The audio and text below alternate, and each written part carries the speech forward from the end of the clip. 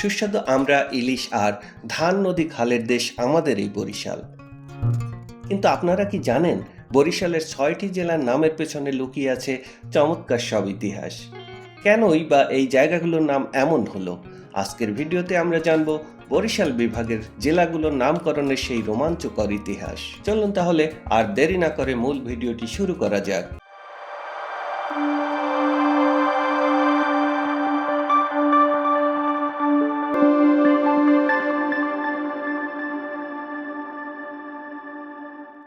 শুরুতেই আসি বাংলার ভেনিস খ্যাত বরিশাল জেলার কথায়।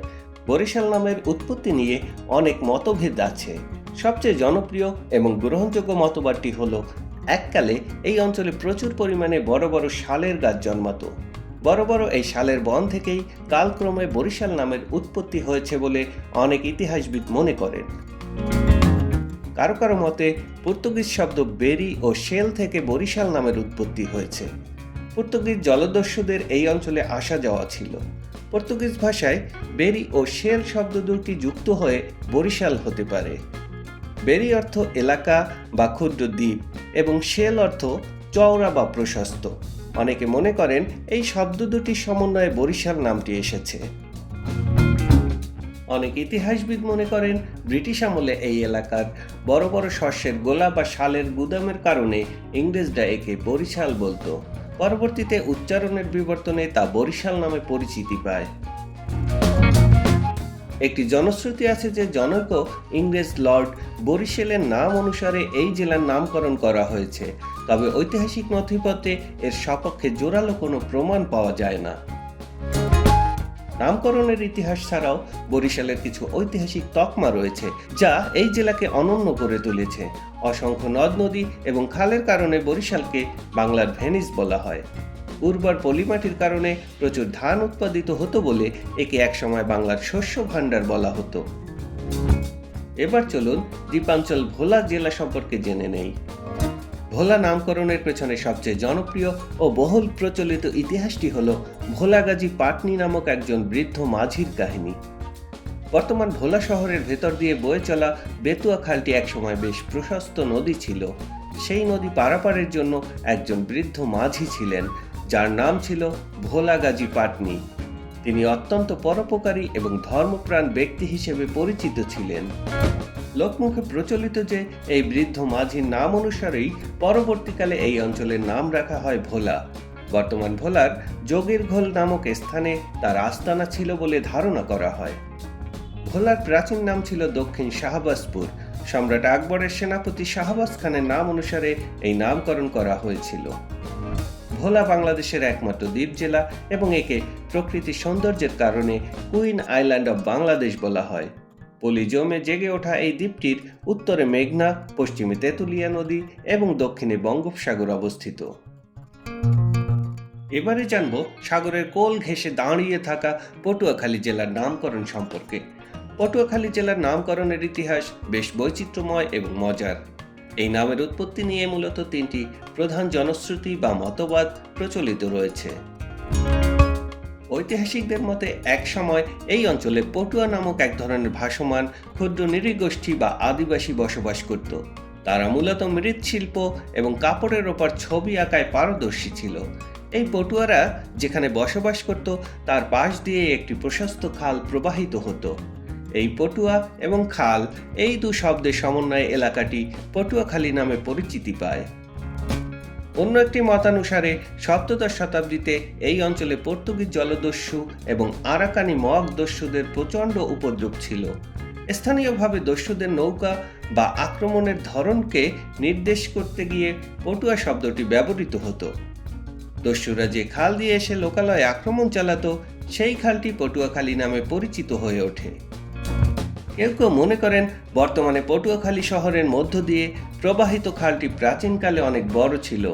এই খালের পাড়ে আদিবাসীরা পটুয়া বা ছবি আঁকার কাজ করত বলে এর নাম হয়েছে পটুয়াখালী। 1867 সালে যখন পটুয়াখালীকে মহকুমা হিসেবে ঘোষণা করা হয় তখন থেকেই এই নামটি দাপ্তরিকভাবে প্রতিষ্ঠিত হয়। এই জেলাটি সাগরকন্যা হিসেবে পরিচিত কুয়াকাটা সমুদ্র সৈকতের প্রবেশদ্বার।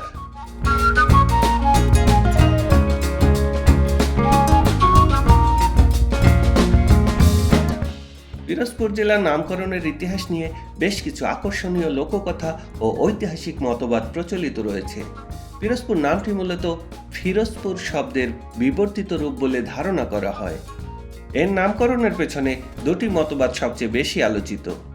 সবচেয়ে জনপ্রিয় মত অনুযায়ী মোগল সম্রাট শাহজাহানের নাতি এবং বাংলার সুবেদার শাহ সুজার দ্বিতীয় পুত্র ফিরোজ শাহের নাম থেকে এই অঞ্চলের নামকরণ করা হয়েছে। ইতিহাস বলে আরাকান রাজ্যে আশ্রয় নেয়ার সময় বা মীর জুমলার সাথে যুদ্ধের কোনো এক পর্যায়ে ফিরোজ শাহ এই অঞ্চলে অবস্থান করেছিলেন বা এখানে মৃত্যুবরণ করেন। তার স্মৃতিকে ধরে রাখতেই এলাকাটির নাম হয় ফিরোজপুর। অন্য একটি প্রচলিত মতানুসারে ফিরোজ সর্দার নামে একজন প্রভাবশালী ব্যক্তি এই অঞ্চলে বন জঙ্গল পরিষ্কার করে মানুষের বসবাসের উপযোগী করে তুলেছিলেন। 1753 সালে তিনি নিহত হওয়ার পর তার নাম অনুসারে এলাকাটি ফিরোজপুর হিসেবে পরিচিতি লাভ করে। দুটি মতবাদ থেকে এটা নিশ্চিত হওয়া যায় যে ফিরোজপুর থেকেই পিরোজপুর নামকরণ করা হয়েছিল। অনেকের মতে এই অঞ্চলে একসময় পর্তুগিজ বণিক বা ইংরেজদের আনাগোনা ছিল। তারা ফ উচ্চারণ করতে গিয়ে প উচ্চারণ করত। এই উচ্চারণ বিবর্তনের ফলে ফিরোজপুর শব্দটি ধীরে ধীরে পিরোজপুরে রূপান্তরিত হয়। স্থানীয় লোকমুখেও একটি কথা প্রচলিত আছে, ফিরোজ শাহের আমল থেকে ভাটির দেশের ফিরোজপুর বেনিয়া চক্রের ছোঁয়ায় লাগে পাল্টে হলো পিরোজপুর। এবার আসা যাক পেয়ারা ও সুগন্ধা নদীর তীরের জেলা ঝালকাঠিতে। ঝালকাঠি জেলার নামকরণের ইতিহাস অত্যন্ত সমৃদ্ধ এবং এটি মূলত এখানকার প্রাচীন আদিবাসী ও ভৌগোলিক বৈশিষ্ট্যের সাথে যুক্ত। ঝালকাঠি নামটির উৎপত্তি নিয়ে প্রধানত তিনটি মত প্রচলিত রয়েছে। সবচেয়ে গ্রহণযোগ্য মত অনুযায়ী ঝালকাঠি নামটি এসেছে এখানকার আদিবাসী কৈবর্ত জেলে সম্প্রদায়ের নাম থেকে। প্রাচীনকালে এদের ঝালো বলা হতো। বিখ্যাত কবি বিজয়গুপ্তের মনসামঙ্গল কাব্যেও জেলেদের ঝালো নামের উল্লেখ পাওয়া যায়। জেলেদের বসবাসের এলাকাটি ঝালোপাড়া নামে পরিচিত ছিল। ধারণা করা হয় এই ঝালো এবং বনাঞ্চল পরিষ্কার করে তৈরি করা আবাদি জমি বা কাঠির সমন্বয়ে ঝালকাঠি নামের উৎপত্তি। অন্য একটি প্রচলিত মত অনুসারে জেলেরা মাছ ধরার জন্য যে জাল ব্যবহার করত এবং জঙ্গল পরিষ্কার করার সময় যে কাঠি পাওয়া যেত, এই দুইয়ের মেলবন্ধনে নামটি এসেছে, অর্থাৎ জেলে প্লাস কাঠি সমান ঝালকাঠি, যা কালক্রমে অপভ্রংশ হয়ে ঝালকাঠি হয়েছে। ঝালকাঠি শহরের একটি প্রাচীন নাম ছিল মহারাজগঞ্জ। তৎকালীন জমিদার শ্রী কৈলাসচন্দ্র ঘোষাল সেখানে একটি বাজার বা গঞ্জ প্রতিষ্ঠা করেছিলেন, যা তার নাম অনুসারে মহারাজগঞ্জ হিসেবে পরিচিতি পায়। তবে সাধারণ মানুষের কাছে জেলেদের প্রাধান্য ও তাদের পেশাগত ঐতিহ্যের কারণে ঝালকাঠি নামটি বেশি জনপ্রিয় হয়ে ওঠে এবং শেষ পর্যন্ত এটি স্থায়ী রূপ নেয়।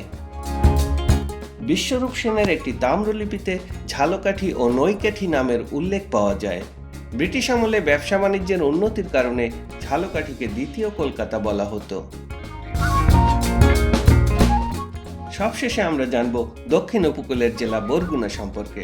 বরগুনা জেলার নামকরণের সঠিক ইতিহাস নিয়ে সুনির্দিষ্ট কোনো ঐতিহাসিক দলিল নেই, তবে লোকমুখে প্রচলিত বেশ কয়েকটি জনশ্রুতি রয়েছে, যা যুগ যুগ ধরে ওই অঞ্চলের নামের উৎস হিসেবে বিবেচিত হয়ে আসছে।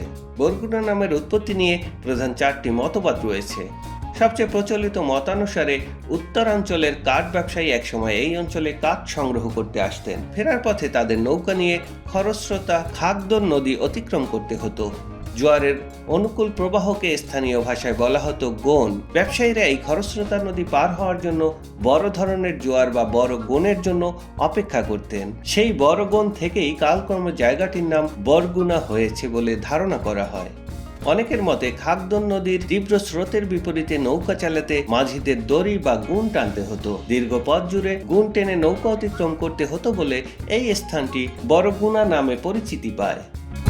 আরেকটি জনশ্রুতি অনুযায়ী এই এলাকায় এক সময় বরগুনা নামক একজন অত্যন্ত প্রতাপশালী এবং প্রভাবশালী রাখাইন অধিবাসী বাস করতেন। তার নাম অনুসারেই এই জনপদের নামকরণ করা হয়েছে। কোনো ঐতিহাসিকের মতে সুন্দরবনের কাঠুরে বা বাওয়ালিদের মধ্যে বরগুনা নামে এক ব্যক্তি ছিলেন। তার নাম অনুসারেই ওই স্থানের নাম বরগুনা রাখা হয়। বন্ধুরা, এই ছিল বরিশাল বিভাগের জেলাগুলোর নামকরণের মজার সব ইতিহাস। আপনার জেলা কোনটি এবং আপনার জেলার নাম সম্পর্কে অন্য কোনো তথ্য জানা থাকলে কমেন্টে আমাদের জানান। ভিডিওটি ভালো লাগলে লাইক দিন এবং এমন আরও তথ্যবহুল ভিডিও পেতে আমাদের চ্যানেলটি সাবস্ক্রাইব করুন। ধন্যবাদ।